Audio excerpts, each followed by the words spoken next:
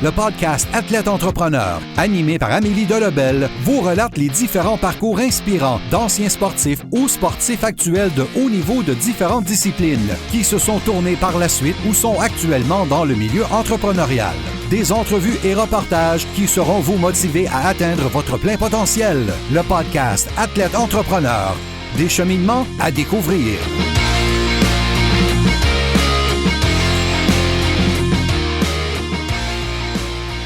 Bonjour à tous, ici votre hôtesse Amélie Delebel et je suis très heureuse de vous accueillir sur mon podcast Athlète Entrepreneur pour cet épisode 113 sur créer des expériences mémorables selon Gabriel Renaud.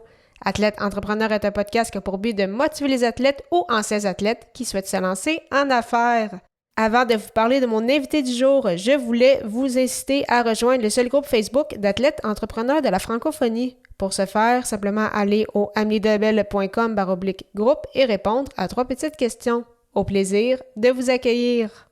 Pour cette émission, j'ai le plaisir de discuter avec Gabriel Renaud, un ancien défenseur qui a évolué en 3e division de la NCAA au hockey et qui est aujourd'hui un athlète en ice cross. En plus de son parcours sportif, il a également été question de son expérience entrepreneuriale avec l'entreprise Ubu, dont il est le cofondateur, ainsi que de son titre de conférencier. Sans plus attendre, je vous laisse à cette entrevue. Bonne écoute! Alors, je suis actuellement avec mon invité du jour, Gabriel Renaud. Salut Gabriel, comment ça va? Salut Amélie, ça va super bien. Merci de l'invitation. Merci à toi d'avoir accepté. Donc, Gabriel, tu as joué au hockey toute ta jeunesse, tu t'as amené jusqu'à la 3e division américaine, donc dans la NCAA au niveau universitaire, et tu fais également du ice cross depuis déjà quelques années. Donc, comment pourrais-tu nous expliquer plus en détail ce parcours sportif? Oui, en fait, moi, je suis un gars de Québec, j'ai grandi à Québec, puis j'ai fait le programme à l'Académie Saint-Louis, qui est un programme de sport-études hockey, qui m'a amené à me placer dans un prep school aux États-Unis, Tabor Academy. J'ai passé 3 ans là-bas, puis ensuite, je me suis recruté pour jouer à Bowdoin College, Division 3, où j'ai passé 4 ans. J'ai fait mes études là-bas, mais j'ai juste joué au hockey 2 ans. Parce que j'avais le projet Ice Cross, justement, qui prenait de l'ampleur. Puis je voulais plus m'investir là-dedans. Puis le hockey, ça faisait déjà plusieurs années que je jouais, puis je sentais que la passion était moins là. Fait que j'ai vraiment écouté mon cœur. Puis j'ai transféré pour le Ice Cross. J'ai quand même fini mes études là-bas.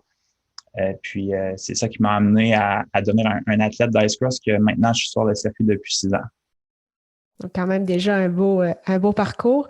Là, on le sent en raison de la pandémie. Donc, vous, votre saison qui s'est terminée en mars 2020, vous avez manqué donc les dernières courses de l'année. Là, en 2021, il y a encore rien eu. Donc, comment on garde la motivation et la forme physique pendant une aussi longue période d'inactivité? La forme, pour moi, en fait, c'est quand même facile. Ça fait partie de mes habitudes. Je fais du crossfit, je fais de l'entraînement, je cours, je fais du vélo, je fais un peu de tout. Fait que je m'entraîne, je garde la forme. Puis cet hiver, on a eu l'idée de se faire une piste d'entraînement à l'île d'Orléans avec un athlète local, Steven Cox, puis mon beau-frère Lucas Dalago, qui est sur le circuit. Que c'est ça, on s'est bâti une piste, on a pu s'entraîner quand même 1 mois sur cette piste-là. Puis on essaie de faire du ski puis faire toutes les autres disciplines qui nous permettent de s'entraîner pour notre sport. Puis on a bien hâte à la saison prochaine. Puis, donc, en même temps de poursuivre ta carrière d'athlète, tu es également le cofondateur de l'entreprise Ubu, qui, selon le site, qui a pour mission de rassembler les organisations à travers des expériences de consolidation d'équipes inoubliables. Donc, comment ce projet-là a débuté pour toi? Oui, en fait, aussi, Amélie, on dit Ubu, on dit Ubu. pas Ubu. Okay, quand on travaille, nous autres, on travaille en anglais beaucoup aussi. Fait que on dit Ubu.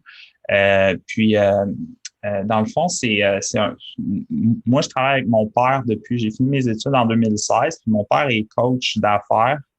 Moi, j'ai étudié en neurosciences. Fait que c'est un mix de psychologie, biologie. Je pensais vouloir m'en aller en médecine.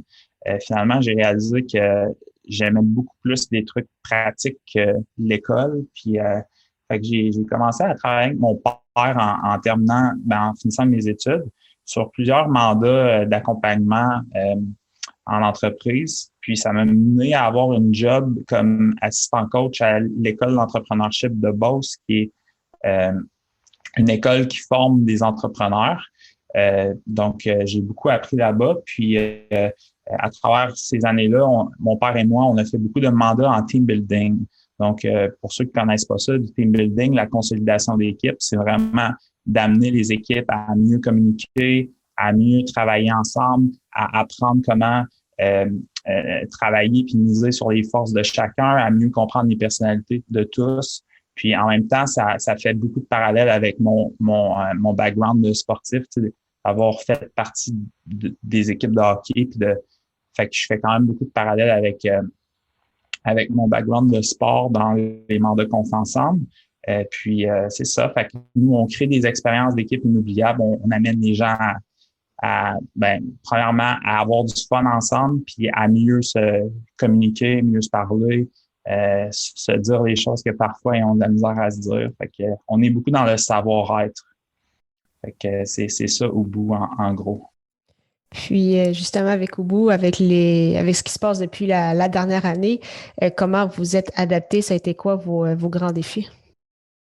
Ouais, c'est une super bonne question, Amélie, parce qu'on a créé Ubu en janvier 2020, 2 mois avant le début de la pandémie.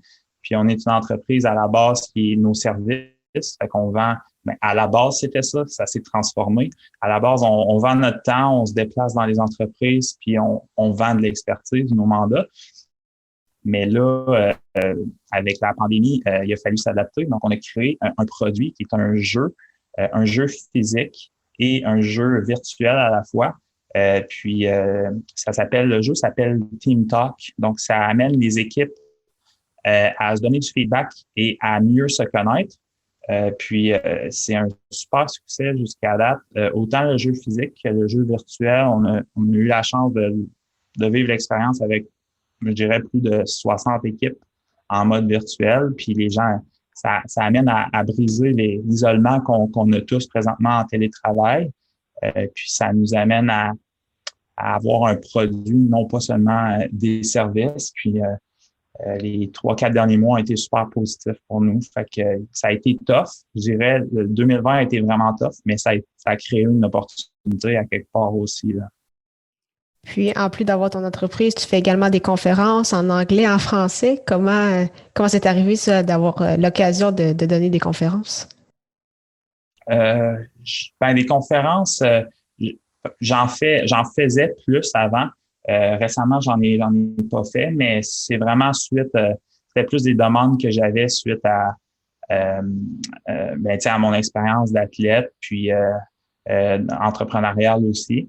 Mais là, j'en fais beaucoup dans le contexte de Ubu. On donne des conférences en entreprise sur plein de sujets, sur le feedback, sur comment mieux travailler en télétravail, des trucs comme ça que je co-anime avec mon père. Donc, à toutes les semaines, on a des ateliers, des mandats. Fait que, ouais. Très intéressant. Ce serait quoi tes objectifs tant au niveau personnel qu'avec Ubu pour 2021? Au niveau personnel, je pense que tu insinues le côté sportif un petit peu plus, ouais. Tu sais, c'est dur à dire. Il y a encore tellement d'incertitudes par rapport à la saison prochaine. On ne sait pas si on va pouvoir voyager. Mais moi, tu sais, mon côté, mon objectif avec l'Ice Cross, ça s'en vient de plus en plus de redonner, un peu comme le projet que j'ai fait cet hiver. Ça a permis à des jeunes d'essayer le sport. Puis, tu sais, je veux m'impliquer dans le sport. J'aimerais ça rebâtir une piste à l'île d'Orléans l'année prochaine, plus gros, la rendre plus accessible. C'est certain que je veux continuer de compétitionner, mais peut-être plus les courses nord-américaines. Je sais pas, je suis pas certain si je vais refaire tous les circuits. Puis c'est quand je compétitionne, moi je vise toujours top 16 ou des top 10. Fait que ça, c'est plus au niveau sportif. Puis professionnel, c'est certain que c'est la croissance de notre business. Là. On aimerait ça faire entrer une troisième personne d'ici la fin de l'année. avec nous pour nous supporter parce que la demande est de plus en plus forte. Puis, c'est ça, c'est la croissance, continuer à se faire connaître, à avoir des mandats. Puis, ça ressemble à ça. Puis, en lien justement, une question en lien avec le Ice Cross, est-ce que tu penses que ça va être plus difficile pour les athlètes au niveau des commanditaires, justement parce que le Ice Cross, c'est vraiment relié à ça si vous souhaitez justement voyager pour poursuivre votre saison? Oui, ben c'est certain. C'est un bon point que tu amènes parce qu'il y a tellement d'incertitudes. Puis même, tu sais, je vais être 100% transparent. Red Bull est en train de se retirer du sport. Puis ça, les gens ne savent pas nécessairement, là, mais fait que ça fait en sorte que même au niveau de la continuité du sport, on n'est même pas certain que le sport va continuer tel qu'on le connaît avec les grosses courses. Ça va prendre des initiatives d'athlètes. Il va y avoir moins d'argent qui va être injecté dans le sport. Fait que tout ça fait en sorte qu'il y a plein d'incertitudes causées beaucoup par la pandémie, mais par le retrait de certains gros partenaires de notre sport. Fait que c'est dur c'est dur de vouloir se faire des plans quand on n'est même pas certain si on va pouvoir avoir un circuit de compétition. Puis fait que je pense que ça prend des initiatives d'athlètes, un peu comme on a fait cette saison. Puis à continuer de faire connaître le sport. Puis ça ressemble à ça. OK, quand même, très intéressant. Merci de cette précision. Ouais. Donc, pour terminer cette entrevue, je pose toujours des petites questions en rafale. Ma première, c'est quelle est la chose la plus importante que le sport t'a enseigné?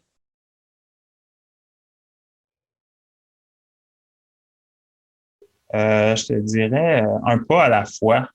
Un éléphant se mange une bouchée à la fois, c'est une autre affaire. Tu sais, c'est en lien les deux, là, mais c'est vraiment la théorie des petits pas puis des petites actions qui font en sorte que, cumulés ensemble, ils font une grande différence. Tu sais, je pense que il y a des super belles histoires comme celle de Yannick Gourde, avec qui j'ai eu la chance de jouer à l'Académie Saint-Louis, qui est un gars que, tu sais, personne misait sur ce gars-là pour se rendre jusqu'à la nationale. Puis c'est un gars qui a travaillé tellement fort, puis tu le voyais dans son éthique de travail. Puis je crois que les gars ben, tu sais, même le succès entrepreneurial, c'est ça, c'est de pas se décourager puis de continuer à avancer, même si parfois on pense qu'on n'avance pas, on avance. Puis fait que je dirais que ça serait ça pour moi. Quel est ton plus beau souvenir sportif? Mon plus beau souvenir sportif, je vais en nommer deux. Je vais en nommer un associé au hockey, qui est mon championnat en première année à Bowdoin College. On a gagné notre division NESCAC, on s'est rendu en demi-finale des nationaux qu'on s'est incliné. Mais ça a été un super beau souvenir. Puis au niveau du Ice Cross, c'est ma 10e place en Finlande.